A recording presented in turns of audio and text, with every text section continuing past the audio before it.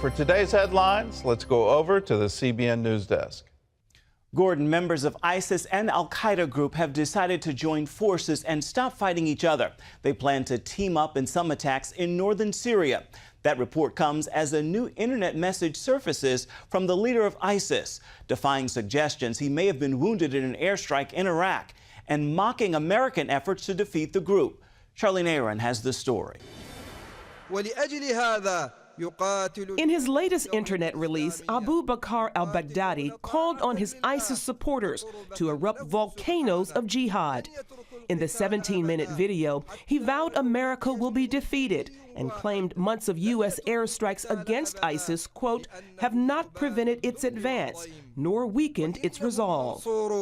The al-Baghdadi video surfaced Thursday along with reports that militant leaders from the ISIS terror organization and al-Qaeda met at a farmhouse in northern Syria last week and agreed on a plan to stop fighting each other and work together against their opponents. Political observers believe any pact between the two sides could easily unravel, but it is still a union that would raise new difficulties for Washington and its strategy to defeat the group. We are seeing steady and sustainable progress along DoD's two main lines of effort. Still, Defense Secretary Chuck Hagel told Congress Thursday, coalition efforts have scored progress against the militants since they began in September, but ISIS continues to represent a serious threat. As you know, last week, the Defense Department announced that we will expand the support to Iraqi forces by deploying up to 1,500 additional military personnel. At the same hearing, the chairman of the Joint Chiefs of Staff told Congress the U.S. would also consider dispatching a modest force to fight alongside Iraqi troops. I'm not predicting at this point that I would recommend that those forces in Mosul and along the border would need to be accompanied by U.S. forces, but we're certainly considering it. Charlene Aaron, CBN News. Here at home, leading Democrat and Republican senators are warning of more penalties on Iran if any deal on its nuclear program is not acceptable. The Obama administration and U.S. allies are offering to end sanctions on Iran if it agrees to give up the ability to make nuclear weapons.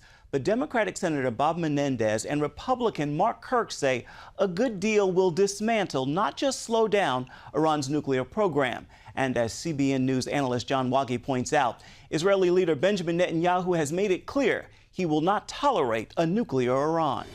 Netanyahu has said, as prime minister and before he's prime minister, he has said over and over again that Israel will not allow Iran to go nuclear. You have to take him at his word. How they accomplish that without the bunker-busting bombs they need when Iran has hidden all these weapons deep underground, under mountains, it's not going to be an easy proposition, and it is going to be disruptive for the world. But the longer that waits, the more difficulty the world is going to face later on.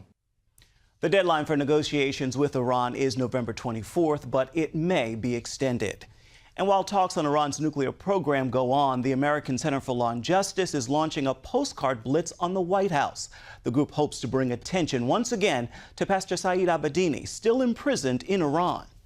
We don't leave anyone behind. President Obama said that in his speech to the DNC in 2012. And we're at a situation where Iran and the United States are at the nuclear negotiating table. The deadline for those negotiations is supposed to be November 24th. And we believe a very strong message needs to be sent that there should be no deal whatsoever with Iran if Saeed is not home. Jordan Seculo said the blitz idea came from a woman named Melody Aguilar who heard about Saeed and wanted to help. Aguilar owns a printing company and worked with Saeed's wife to provide pre-written postcards to the public. To learn more about how you can help, you can go to cbnnews.com. Russia is stationing warships off the northeastern coast of Australia. It comes as Russian leader Vladimir Putin is attending the G20 summit of world leaders. Australian Prime Minister Tony Abbott is pretty angry about Russia's actions. He wants the summit to focus on its main subject, economic growth. Abbott is accusing Russia of trying to reclaim the lost glories of the Soviet Union.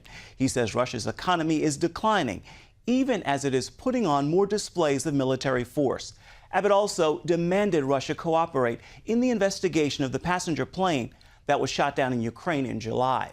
Western experts argue Russian rebels shot down the plane using sophisticated Russian surface-to-air missiles. Well, Russia may be starting a new Cold War, but here in America, it is just cold, period. And it is snowing, too, with a huge storm hitting parts of the Northwest with snow and ice. And some snow is arriving in the Northeast, too. The storm has also brought record cold to some parts of the country, with Denver falling to 5 below zero, breaking a record that has stood since 1882. And all this long before winter officially even arrives. Federal appeals court has thrown out a challenge to a law that gives clergy tax-free housing allowances. Attorneys supporting the churches called the ruling a victory for clergy and churches. Operation Blessing is helping feeding hungry children in Peru. 6-year-old Linda used to cry herself to sleep from hunger. Her mother would work tirelessly to provide for her 4 children, but her income was simply not enough. OB learned of Linda's situation and discovered her mother had dreams of having her own co-op to sell chickens and eggs. Teams built a chicken coop and provided her with everything she would need to get started, including a wheelbarrow that allows her to easily bring her goods to the market so she can make money for her children. Well, you can find out more about Operation Blessing by going to ob.org.